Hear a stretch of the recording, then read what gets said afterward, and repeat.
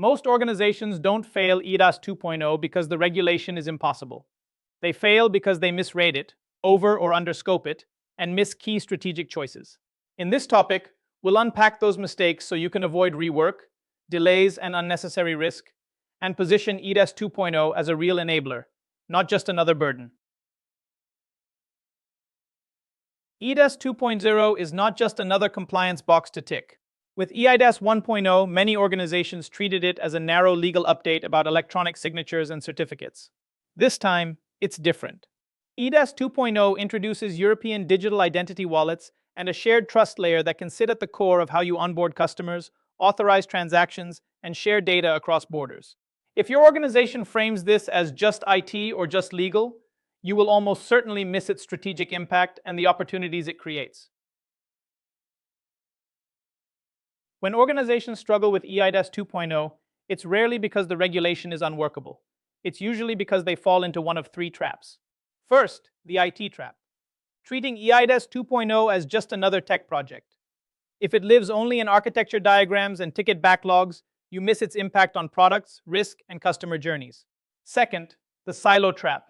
Legal and compliance interpret the rules, but IT builds something different.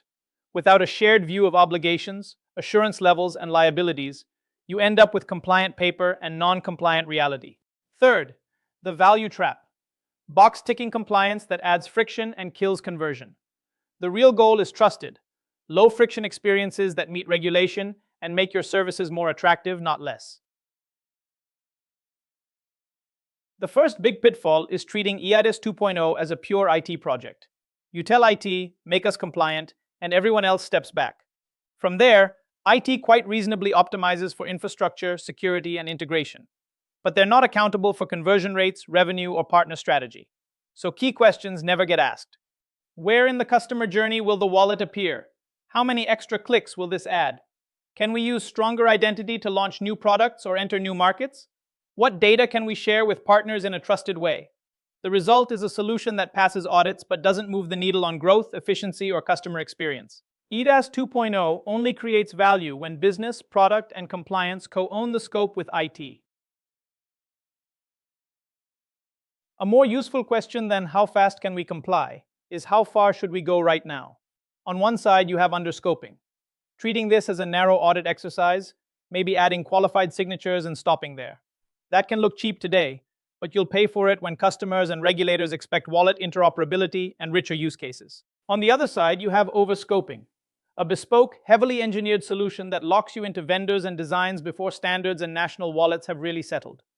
The sweet spot is scenario planning over the next 2 to 5 years and investing in iterative, modular architecture so you can scale ambition as the ecosystem matures. Another common pitfall is the governance gap. eIDAS 2.0 becomes everyone's problem, but nobody's job. Legal, IT, and business each make reasonable decisions in their own lane, yet no one is accountable for how it all fits together. Legal tightens requirements without checking technical or UX impact. It ships what seems workable, but it doesn't fully meet regulatory expectations. Business pushes timelines that ignore both. The outcome is predictable: rework, last-minute escalations, and projects that drift over budget and deadline. To make eIDAS 2.0 work in practice, you need a translation layer between legal, business, and IT. Start by running joint workshops. Put legal, compliance, security, architecture, and product in the same room, working through concrete use cases like onboarding or signing flows. Then enforce traceability. For every regulatory clause, define the business requirement it implies and the specific IT control or feature that fulfills it. One clause, one requirement, one control. Finally, clarify ownership. Nominate a program lead with a cross-functional mandate who can balance risk, user experience, and delivery timelines, and keep this translation layer alive as rules and solutions evolve. Thinking of eIDAS 2.0 as just a compliance exercise creates what we can call a value vacuum. If your starting point is how do we tick the regulatory boxes, you tend to bolt wallet flows onto existing journeys. That usually means extra prompts, confusing consent text, and unexplained redirects to a wallet app. Technically correct, but experientially painful.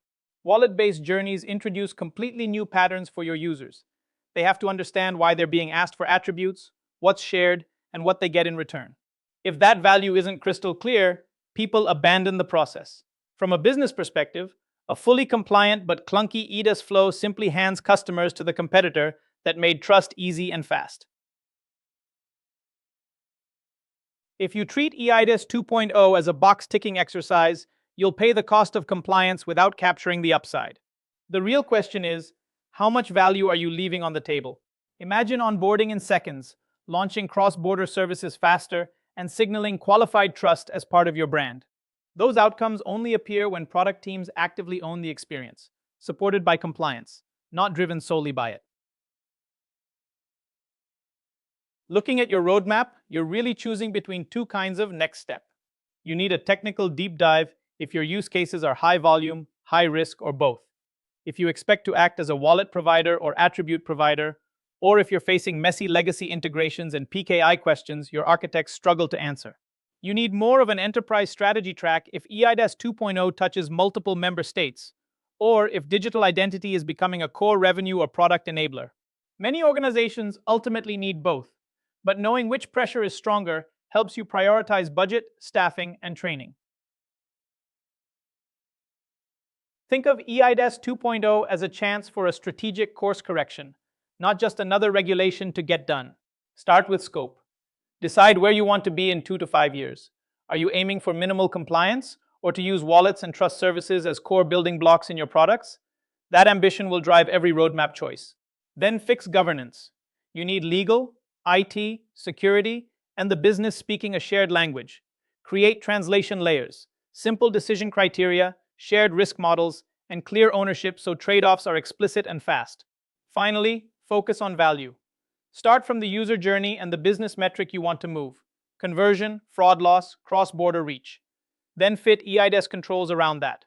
Compliance becomes the way you unlock those outcomes, not just a constraint. Take a moment to pause and let everything settle. You've just absorbed a lot of new ideas and terminology.